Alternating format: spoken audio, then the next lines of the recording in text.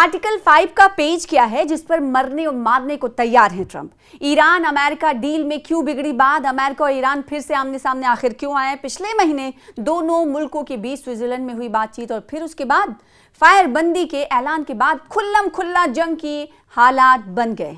इसके बाद समझौते का आर्टिकल 5 इस वक्त चर्चा में। आर्टिकल 5 है क्या, ये आपको पूरी जानकारी देंगे। और ईरान और अमेरिका के दरमियान एक बार फिर से जंग की शुरुआत हो चुकी है। Supreme leader ayatollah Ali Khamenei की आखिर रसूमात का दौर अभी पूरा भी नहीं हुआ और इस बीच अमेरिका ईरान कुछ दिनों के ब्रेक के बाद एक बार फिर से आमने सामने हैं। दोनों ममालिक के बीच फरवरी के आखिरी दिनों में जो लड़ाई शुरू हुई वो अब जुलाई में फिर से सुलग गई है। पिछले महीने दोनों देशों के बीच स्विट्जरलैंड में कुछ बातचीत हुई और फिर उसके बाद फायरबंदी के ऐलान के बाद खुल्लम खुल्ला जंग शुरू हो गई है। अमेरिका ने ईरान पर स्ट्रेट ऑफ हॉर्मुज से गुजर रहे जो कारोबारी जहाज हैं उन्हें निशाना बनाए जाने का इल्ज़ाम लगाते हुए कई अहम जगहों पर हवाई हमले कर दिए हैं। अब इस हमले के ठीक बाद डोनाल्ड ट्रंप ने फायरबंदी को ख़त्म करने यानी सीज फायर को ख़त्म करने का ऐलान कर दिया है। अब जंग की फिर से तैयारी के बीच अमेरिका ईरान के बीच समझौते का आर्टिकल 5 चर्चा में है। MOU का article 5 Hormuz strait of Hormuz और यहां से गुजरने वाले जहाज़ों की हालात को लेकर है, जिसको लेकर दोनों ममालिक के अपने अपने दावे हैं। US प्रेसिडेंट ट्रंप ने कहा है कि हमने बहुत ज़्यादा वक्त दे दिया और अब सीज फायर ख़त्म किया जा रहा है। उन्होंने कहा कि ईरानी झूठे और धोखेबाज हैं और उनकी जो लीडरशिप है वो गलत हाथों में है। किसी भी कीमत पर ट्रंप को परमाणु हथियार हासिल नहीं करने देंगे। ये किसका कहना है? किसी भी कीमत पर ट्रंप को परमाणु हथियार हासिल नहीं करने देंगे। ईरान ने भी साफ अल्फाज में कह दिया है कि अमेरिका का साथ देने वालों को निशाना बनाएंगे। डोनाल्ड ट्रंप बिना किसी शर्त के ईरान के जो यूरेनियम अफजूदगी है और स्ट्रेट ऑफ हॉर्मुज के खिलाफ है। अमेरिका इन दो मुद्दों पर समझौता नहीं करने पर अड़ा हुआ है। ट्रंप की तरफ से सीज फायर को लेकर ऐलान के बाद एक बार फिर शेयर मार्केट पर बुरा असर पड़ा है। जब 28 फरवरी को इजराइल अमेरिका की तरफ से ईरान पर पहली बार अटैक हुआ था, उसके बाद से ही समंदर का ये रास्ता बंद हो गया था। अब फिर से युद्ध शुरू होने के हालात में दुनिया पर तेल, एनर्जी, गैस क्राइसिस का दौर आ सकता है। अब सवाल ये उठता है कि आखिर MOU में आर्टिकल 5 मामला है क्या। अब इस मुद्दे पर आते हैं। ईरान और अमेरिका के बीच जो समझौता हुआ उसमें आर्टिकल 5 भी अहम है। जंग के बीच जो जहाज इधर उधर फंसे हुए थे उनकी आवाजाही को सुनिश्चित कराने के लिए MOUs में डील हुई। आर्टिकल 5 में हॉर्मुज से फौरन ही कमर्शियल जहाज़ों की मूवमेंट शुरू करने की बात कही गई। ईरान पर इन जहाज़ों की सिक्योरिटी के साथ ही कम से कम 60 दिनों तक यानी 2 महीनों तक किसी भी तरह का टैक्स जो ईरान ने लगाया था वो नहीं लेने की बात तय की गई, किसी भी तरह की फीस। इसके साथ ही 30 दिनों के अंदर बारूदी सुरंगों को साफ किए जाने को भी कहा गया।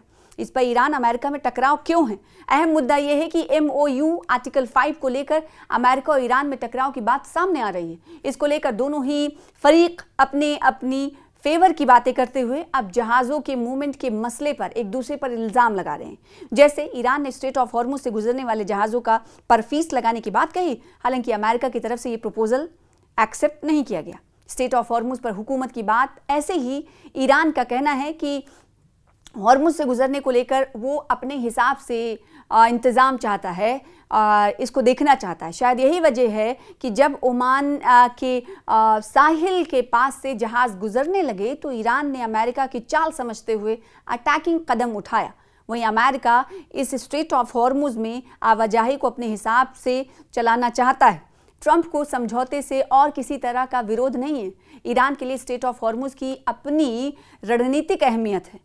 वो इस पूरे रास्ते को अपनी सिक्योरिटी और अपने लिए एक ढाल के तौर पर देखता है। उनका मानना है कि अमेरिका समझौते के आर्टिकल 5 को अपने फ़ायदे के हिसाब से डील करना चाहता है।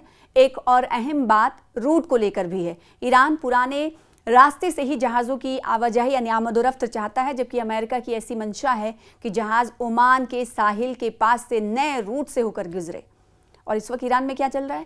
ईरान में चल रहा है साबिक रहबर की जो जज्द खाकी है उसे इराक ले जाया जा रहा है। इस वक्त आखिर रसूमात के प्रोग्राम्स चल रहे, प्रोसेशन चल रहा है। नजफ और करबला को शिया क्यों ख़ास मानते हैं वहाँ पर? क्योंकि उनकी जज्द खाकी ले जाई जा रही है। तो तेल कारोबार के लाइसेंस पर फुल स्टॉप स्विट्जरलैंड में हुए समझौते के तहत अमेरिका ने ईरान को तेल कारोबार के लिए अस्थायी राहत दी है। तो इस बीच जहां एक तरफ खामनेई के आखिरी रसूमात के हवाले से तकरीबात चल रही हैं, कुम में रखा गया आखिरी दीदार के लिए, फिर नजफ ले जाने की बात हो रही है, फिर 9 जुलाई को उनके आबाई मकाम मशहद में रहबर आला एक्स सुप्रीम लीडर के जज्द खाकी को मशहद में आखिर तदफीन किया जाएगा अहले खाना समेत। और इस बीच अमेरिका और ईरान के दरमियान एक बार फिर से ये तनातनी जारी है। समझौते के तहत अमेरिका ने ईरान को तेल कारोबार के लिए अस्थायी राहत दी थी, जो अब वापस ले ली गई है। अमेरिकी फाइनेंस मिनिस्ट्री के जो विदेश संपत्ति नियंत्रण कार्यालय है, जिसे ओफैक कहा जाता है, ताज़ा फैसले में जनरल लाइसेंस एक्ट को रद्द करने का फैसला लिया है। इस लाइसेंस के तहत 21 जून 2026 की तारीख से 21 अगस्त 2026 तक ईरानी कच्चे तेल, पेट्रोकेमिकल के साथ ही दिगर पेट्रोलियम प्रोडक्ट्स के अफजूदगी, बिक्री और डिलीवरी की लिमिटेड इजाज़त दी गई थी। अब लाइसेंस रद्द होने के साथ ही ईरान के तेल कारोबार पर अमेरिकी पाबंदी फिर से एक्टिव हो गई।